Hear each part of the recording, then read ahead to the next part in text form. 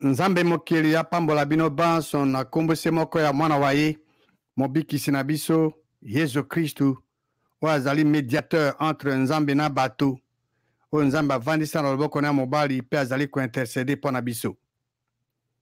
Nazali kotondo Nzambe botondi mpo na libakuli ye apesi ngai lelo mpo nasolola na bino na mayimatali liloba lia ye. Ezali ngai ndeko na bino Tito Ngbanda. Boye bolamu na émission Que dit la parole de Dieu? Liloba lia Nzambe elobi nini? Tozali tobandaki kotala makomi mpo toyeba bosolo na mayimatali Yesu Kristu. Yesu Kristu azali nani? Tomonaki témoignage ya Nzambe ye moko, tomonaki témoignage ya Jésus Christ ye moko, tomoni témoignage ya Zabulu na ba esprit diabolique. Lelo tolingi toyanola na mutu na moi. Awa ose, awa na mokili. Yesu Kristo azalaka kosala mokanu na ye moko to mokanu ya Nzambe oyo akela likolo na se na biloko binso. Awa na mokili. Yesu Kristo azalaka kosala mokanu na ye moko to mokanu ya Nzambe mokili. Sur la terre, Jésus-Christ faisait-il sa propre volonté ou celle de Dieu le Créateur? Yambo to yanola na mutu na mona esengeli to tala liloba lia Nzambe liko ya témoignage ya Jean-Baptiste tukutala pe Jean, apôtre Jean pe ya ange Gabriel. Jean-Baptiste ye aloba na ye ke andima ete Yesu Kristo azali mwana ya Nzambe. Kasi azali Nzambe te. Wana Jean-Baptiste. Tukokende kotala makomi na Jean chapitre 1, tukotanga verset 32 à 34. Jean apesi témoignage oyo abi namoni elimu ekiti euti likolo ekiti lokola colombe pe etelemi likolo na ye. Ye nani? Yesu Kristo. Verset 33. Na yebaki ye te. Jean alobi ayebaki Yesu Kristo te. Kasi oyo atindi nga na batisa na mai. Nani atindi Jean-Baptiste abatisa na mai? Nzambe mokeli. Nzambe mokeli oyo atindi Jean-Baptiste abatisa na mai. Ye Nzambe alobaki na Jean-Baptiste oyo okomona elimu ekouta likolo ekokita likolo ekokita pe ekotelema likolo na ye. Ye nde akobatisa na elimu esantu. Verset 34. Namoni pe na pesi témoignage ka azali nani? Azali Nzambe. Non. Jean le Bénémonate. Verset 24 le Bénin. Et j'ai vu et j'ai rendu témoignage qu'il est le Fils de Dieu. Na pesi témoignage ka azali mwana ya Nzambe. Jean le Baptiste nazolo bawa. Ce qui yo au contredit Jean-Baptiste. Ni lo banin. Yo yebi koleka. Alors, ton dima yo, ton dima Jean-Baptiste. Jean-Baptiste a la vérité. Alors, il a rendre témoignage que Jésus-Christ azali mwana ya Nzambe. Apôtre Jean a andimi que, pona ye andimi que Jésus-Christ azali mwana ya Nzambe. Habite kazali, Jean a commis l'évangile à Jean. Andimi était Jésus-Christ azali mwana Nzambe, azali Nzambe te. Nous allons dans l'évangile à Jean, chapitre 1, tout en verset 18. Moto moko te a mwana Nzambe. Ubele mwana na ye moko. Ou azali na sen ya papa na ye, to na sen ya tata. Yende moto a faire connaître ye. Ce qui le lobi to ebi Nzambe. Ezali po ete mwana wa ye. C'est moko le fils unique qui est dans le sein du Père. Yende moto a faire connaître Jésus, Nzambe. Donc, Jésus-Christ a fait connaître le Père. Fils na Père bakeseni. Mwana na tata. Jésus-Christ azali mwana. Nzambe na azali tata. Mwana, Jésus-Christ yende a fait connaître tata Nzambe. Totala siko témoignage ya ange Gabriel. Ange Gabriel ayebaka ete Yesu Christu azali mwana ya Nzambe kasi azali Nzambe te. Dans Luc, évangile à Luc chapitre 1, tokotanga verset 34 puis verset 35. Awa Nzambe atindi ange Gabriel aye ko délivrer apesi message na Marie. Marie a eu message. Sikoyo na verset 34, Marie atuni motuna. Marie alobi na angelu. Yango ndenge nini ekosalama po ete nga nayebi mobali te. Verset 35. Angelu alobi na ye elimu esa tokokita likolo na yo e nguya ya Nzambe ya Très-Haut ekozipa yo. La puissance du Très-Haut te couvrira de son ombre. Na tina wana mwana esantu oyo akobotama na yo akobiangama nani? Akobiangama Nzambe.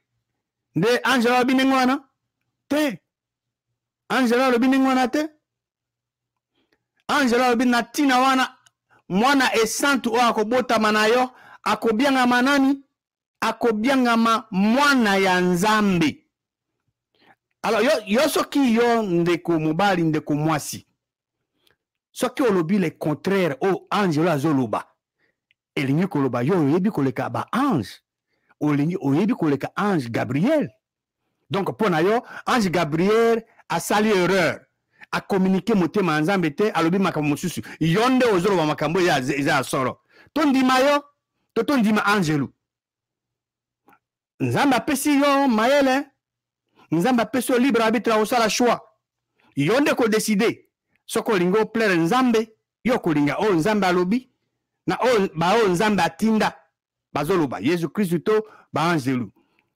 Yo soko oboyi koyoka angelu kondima angelu ondimi bato ezali toujours privilège na yo. Ezali lelo eloko ko forcer motu te. So moto a décider kene na lifelo yo kopekisa te. Lolenge moko na bato ba décider ba kumisaka zabulu yo kopekisa bango te. Ezali choix na bango baza na libre arbitre. Ozali na libre arbitre kondima o ange alobi ke mwana akobotama Marie mwana wana akobiangama mwana ya Nzambe. Pona yo obi ke no ye ange asali erreur ezali toujours privilège na yo. Mais témoignage ya Marie na ange ya ange na Marie ezani na tina wana mwana esante oyo akobotama na yo ya kobiangama mwana ya Nzambe. Angelo alobi te ke na tina wana mwana esante akobotama na yo akobiangama Nzambe. Angelo ayebi Nzambe azali nani? Angelo bango bakumisaka Nzambe mokolo na mokolo ayebi qui est Dieu. Pe Angelo ayebaki qui est Jésus-Christ. Yango azopesa témoignage awa azoba na Marie. Alors yo soko yo au contredit témoignage à Angelou. Alors il y a koloba ke yo oyebi koleka Angelou. Donc yo on dit pensa que yo oyebi koleka ange. Yo oyebi koleka ange. Mais ange a délivré message ou t'es pas Nzambe. Qui voulez-vous plaire? Dieu ou les hommes? Yo olingo se pesa banane. Bato ton Nzambe. Mais yo so olingo o se pelisa Nzambe. Au plaire à Dieu. Et c'est on dit ma Nzambe a lobby na liloba liaye pona mwana wa ye. Na mokili oyo Yesu Kristo azalaki kosala mokano na ye moko to azalaki kosala mokano pardon ya tata na ye. Toyebi ete évangile ya Jean yango eza kolakisa biso aspect ya ministère ya Jésus Christ lokola mwana ya Nzambe. Dans Jean chapitre 4, tokotanga verset 34, Jésus-Christ alobi ete bilia biaye sa nourriture ezali kosala mokano ya oyo atindi ye pe ko accomplir mis œuvre na ye. Jésus-Christ alobi nini? Alobi nourriture na ye, kolia na ye ezali kosala mokano ya Nzambe oyo atinda ye.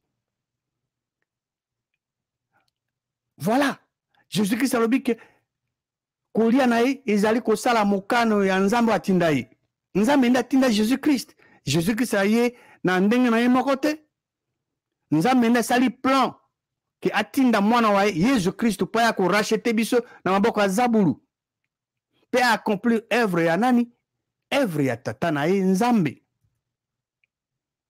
Jésus-Christ alobi te que kolia na ye ezali kosala mokano na ye moko pe akokisa œuvre na ye moko. Non, c'est pas ce que Jésus-Christ a dit. Ma nourriture est de faire ma propre volonté et d'accomplir mon œuvre. Alors bien on a été. Jésus-Christ peut alobite que kolia na ye ezaka koloba mokano ya Nzambe. Ma nourriture de parler de la volonté de celui qui m'a envoyé et d'accomplir son œuvre. Bato mingi bazali koloba mokano ya Nzambe. Kasi baza kosala mokano ya Nzambe te. Ezaka te ke oloba mokano ya Nzambe. Esengeli osala mokano ya Nzambe. Loka Jésus-Christ abana osala. Lolenge ya kosala mokano ya Nzambe pe ezali koyebisa na bato exactement eloko nini Nzambe alobi ke Jésus-Christ azali. Koloba na bato exactement ma Jésus-Christ alobi concernant ye moko. Koyebisa bato vérité ndenge angelo alobi ke Jésus-Christ azali nani. Ole ke kokosa bato. Jésus-Christ azali kosala mokano na ye moko awa ose to azali kosala mokano ya tata na ye. Toke na Jean chapitre 5 verset 30. Je ne peux rien faire de moi-même. Ye moko akosala eloko moko te. C'est là que nazo yoka, nazo juger. Et jugement na ngai ezali juste. Pona nini? Po ete naza koluka mokano na ngai moko te. Kasi mokano ya oyo atinda ngai. Jésus-Christ alobi que akoki kosala eloko moko te ye moko. Jésus-Christ dit qu'il ne pouvait rien faire de lui-même. Jésus-Christ alobi ete jugement na ye ezali juste. Pona nini? Po ete azali koluka azoluka nini? Azoluka kosala mokano na ye moko te. Jésus-Christ azaki na choix ya libre arbitre. Mais azali koluka kosala mokano ya nani? Ye azali koluka bobele kosala mokano ya Nzambe oyo atinda ye. Nzambe nde atindi Jésus-Christ awa ose. Nzambe oyo solo mokili ya likolo na se na biloko biso. Tango Jésus-Christ azaki na se awa boye.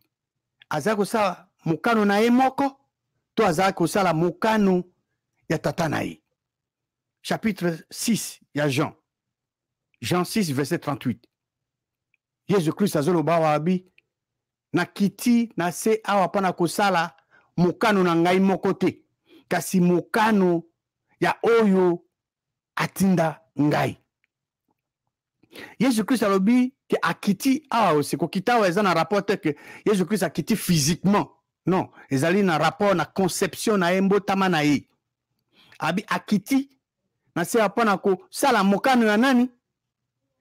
Dernière partie ya verset wana lobi que et puis si biso réponse ya non.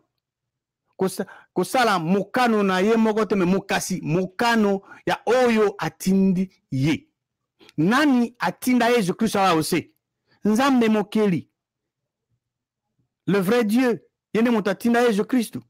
Jésus-Christ akitaki te awa ose pona kosala mokano na ye moko. Kasi pona kosala mokano ya Nzambe oyo atinda ye. Alors, soki moto ameki ko contredire, alobi le contraire, oh Jésus-Christ azoloba awa. Elingi koloba nini? Elingi koloba ke moto mona azomona ke ya yebi koleka Jésus-Christ. Alors, yonde komasi yonde kombali. Yope ondimi que moto ayebi koleka Jésus-Christ. Jésus-Christ ayebi Nzambe azanani. Ayebi ke ye moko azali mwana Nzambe. Akiti awa ose kosala mokano na ete. Mais kosala mokano ya tata na ye o atindi ye. Alors, yoko ndima Jésus-Christ to yoko ndima bato. Ozana libre arbitre. Ezali vie spirituelle na yo. Ezali en jeu. Yonde ko décider. Ndenge na lobaki awa boy. Soki moto a décidé kene na lifelo. Yoko pekisa ite. Tika ya kende parce qu'il a décidé. Moto a décidé asa mane zaburu. Yoko pekisa ite tika ye. Mais Jésus-Christ a kozonga. Tanga kozonga moto na moto a ko rendre compte. Namba décision ya zoko zoa. Soko zoa kango décision sur eza basée sur la parole de Dieu ou sur oleko bato bazoluba. Tokena chapitre 8, Jean chapitre 8, tokotanga verset 29. Jésus-Christ azoloba wa. Abi oya tindi ngai azana ngai. Nana tinda Jésus-Christ. Nzambe mokili. nzambe oyo atinda Yesu Kristo aza na ye atiki ngai moko te mpo na nini mpo ete nasalaka ntango nyonso to mokolo na mokolo oyo eza malamu na miso ma ye. Voilà Yesu Kristo maye azoloba. Yesu Kristo alobi ke nzambe oyo atindi ye aza na ye. Nzambe oyo atindi ye atiki ye moko te mpo na nini mpo ete ye Yesu Kristo azalaki kosala ntango nyonso. Eza te ke asali lelo azwi congé ya une semaine nde azongi asasu mokano na nzambe azwi congé ya une année non mokolo na mokolo azosala mayema azali kitoko na miso ya nzambe. Yesu Kristo alobi ke azosala ntango nyonso eloko eza malamu na miso ya nzambe. Alors sikoyo yo ndeko mwasi motuna ngai ndeko mwasi ndeko mobali motuna na ngai na bino yango oyo soki sikoyo moto alobi le contraire oyo Jésus Christ azoloba awa yo kondima nani nani azoloba vérité? Jésus Christ nde azoloba vérité to bato nde bazoloba vérité? Ezali vie spirituelle na yo nde eza en danger. Yo kodeside soki olingi oplaire na nzambe esengeli osala oyo nzambe alobi, oyo alobi concernant mwana wa ye na kati ya liloba ya ye. Esengeli ondima oyo mwana ya nzambe azoloba concernant yeme. Jésus Christ azoloba awa que tata na yo atindi ye aza na ye, nzambe atindi aza na ye, pe nzambe atiki ye moko te po ete ye asalaka ntango nyonso oyo eza malamu na misu ya nzambe. Alors est-ce que yo moto yo yebi koleka Yesu Kristo po o contredire témoignage ya mwana nzambe? Yesu Kristo ntango azaki na se awa aza kosala mokano na ye moko to azali kosala mokano ya tata na ye. Tokei na Jean chapitre 12 tokotanga verset 48 à 50. Yesu Kristo alobi oyo arejete ngai oyo abwaki ngai oyo azoyoka azoyamba azozwa maloba ma ngai te aza na juge na ye. Liloba oyo ngai azokoloba naza koannonce yango nde ekosala nini? Yango nde ekosambisa ye na dernier jour na mokolo ya suka. Verset 49. Car je n'ai point parlé de moi-même. Yesu Kristo abi kaza ami mayaloba kezaki te ke aye moko nde alobi kasi tata eza nani? Nzambe mokeli. Kasi tata oyo atindinga ye nde akomeli nga maye esengelaki naloba. Nga nakomelaki Yesu Kristo maye esengelaki naloba. Tata na ye nzambe nde akomelaki ye maye esengeli ye Yesu Kristo aloba. Tozomona nzambe tata na ye nde akomeli ye maye esengeli aloba. Jésus Christ nazopesa témoignage wana. Alors soki mbato bakamati décision ko contredire mwana ya nzambe, yo ndeko mwasi yo ndeko mobali yo kondima bato oyo bazo contredire maye Jésus Christ azoloba to yo kondima maye Jésus Christ azoloba concernant yeme ye moko. Jésus Christ ayebaki qui est Dieu et qui est lui-même. Ayebaki ye moko ami yebaki yeme. Auti kopesa témoignage awa. Alors soki yo omoni ke yo yebi koleka Jésus Christ, ça devient très dangereux. Pour Jésus-Christ a vécu, il a été tenté en toutes choses sans commettre un seul péché. Mais biso esengeli tondima liloba ya nzambe maye nzambe azoloba concernant Jésus-Christ, maye Jésus-Christ yeme azoloba concernant ye. Verset 50. Et nayebi ete commandement ya nzambe ezali nini? Ezali bomo ya seko. Na tina wana maye nazoloba lolenge tata ye moko alobeli ngai. Donc na kati ya verset oyo nani azali tata Yesu Kristo? Yesu Kristo alobi nini na verset oyo? Na verset 50 Yesu Kristo alobi na tina wana maye nazoloba lolenge comme le Père me les a dites. C'est pourquoi les choses que je dis, je les dis comme le Père me les a dites. Maye Yesu Kristo azali koloba lolenge nzambe tata ayebisaki ya aloba. Deux entités différentes. tata nzambe na yeme Jésus Christ. Jésus Christ alobi awa que nzambe azali tata et que Jésus Christ azali mwana ya tata. Alors yondeko mwasi soki sikoyo bato ba ye koloba nao le contraire oh Jésus Christ azoloba awa yo kondima nani yo kondima bato to yo kondima oh Jésus Christ azoloba na tina wana esengeli ko examiner makomi mokolo na mokolo soki moto azoloba soki bato ba ye koyebisa yo matali Jésus Christ to nzambe senga makomi ba référence o vérifier makomi attitude no yango wana po ete liloba ya nzambe ezali bosolo ezali vérité. Moto akosa yo te yo moko il faut examiner otala vérité ya liloba ya nzambe. Awa ose Yesu Kristu azalaki kosala mokano na ye moko to azali kosala mokano ya tata nzambe. Tokotanga conclusion ya évangile ya Jean. Jean a commis makambo ebele mais na conclusion na ye na Jean chapitre 20 verset 30 à 31 alobi boye Yesu Kristo asalaki na présence ya badisciple ne makambo ebele ba miracle ndenge na ndenge oyo ekomami na buku oyo te.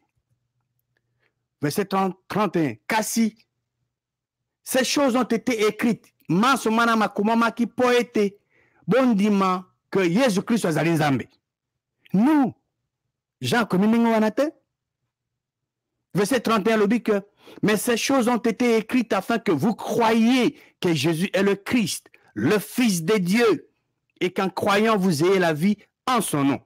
Maïmana makomama ki po ete bondima ete Yesu Kristo, Yesu azali Kristo, mwana ya nzambe. E na bondima kaye bozwa bomoi na kombo na ye. Alors, yo ndeko mwasi ndeko mobali. Yo kondima mai apôtre Jean alobi awa to yo okokondima mai bato bazoyebisa yo.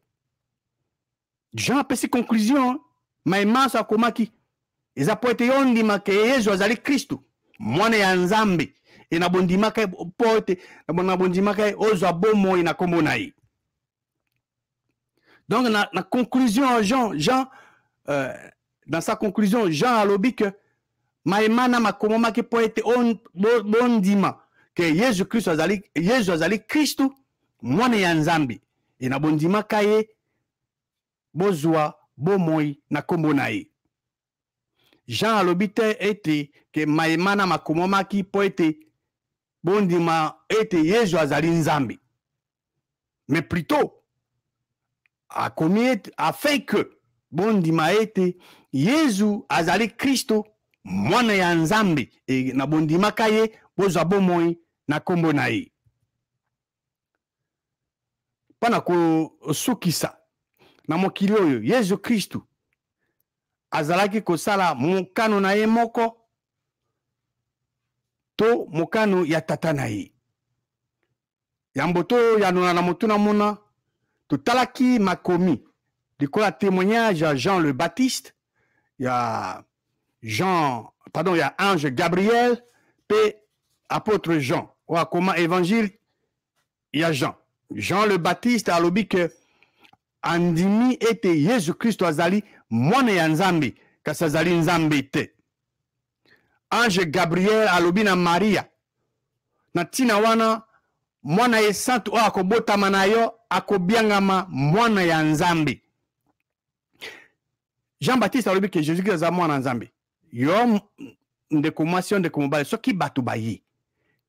Bayebiso que Jésus-Christ azali nzambe. Jean-Baptiste a dit que a mwana nzambe. Angelu o azalaki kuna na ye ba kumisaka nzambe mokolo na mokolo.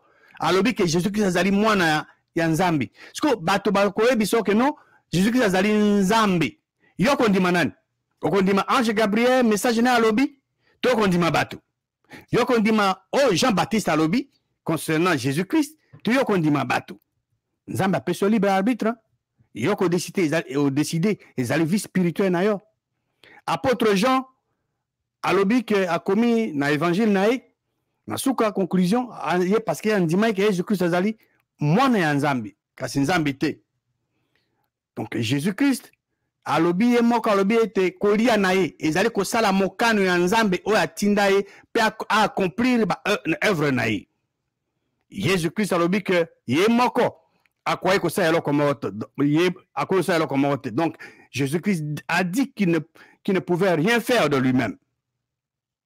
Jésus-Christ alobi ete akitaki awa ose pona kosala mokano na ye moko te, kasi kosala mokano ya nzambe oyo atindi ye.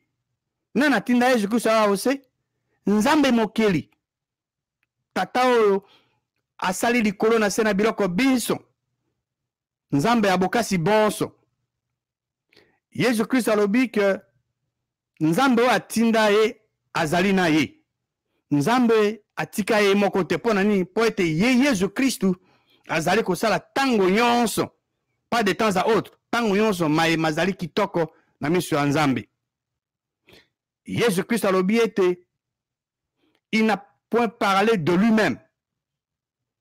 Yaza kolomi loba mayaza koloba ezaki te ya ye moko, kasi ezaki ya nani? Ya tata na ye nzambe. Tata na ye nzambe oyo atindaki ye. E tata na ye nzambe atindaki ye akomeli ye maye esengelaki ye Jésus-Christ aloba.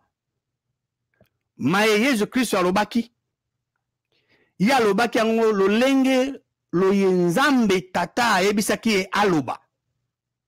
Na conclusion na ye, apôtre Jean oyo akomi évangile ya Jean alobi ke maemana makomami po ete bondima ete Yesu azali Kristu mwana ya nzambe. Alobi te ke azali nzambe, mais azali mwana ya nzambe. Voilà, apôtre Jean alobi te que ces choses ont été écrites afin que vous croyiez que Jésus est Dieu. Non, 1000 fois non. Alobi ningi wana te. Kasi Jean alobi maema somana makomami po ete bondima que Yesu azali Kristu mwana ya nzambe. Na se oyo Yesu Kristu azali kosala mokano na ye moko to mokano ya tata na ye. Yesu Kristu azalaki kosala mokano na ye moko te. Mais Yesu Kristu azalaki na mokano na ye moko. Azalaki nango. Akokaki kosala pe mokano na ye moko. Kasi na choix na ye moko ya libre arbitre, ye moko a décidé que asala mokano ya tata na ye. Ye moko a soumettre mokano na ye to volonté na ye. Il a soumis sa volonté à la volonté de Dieu.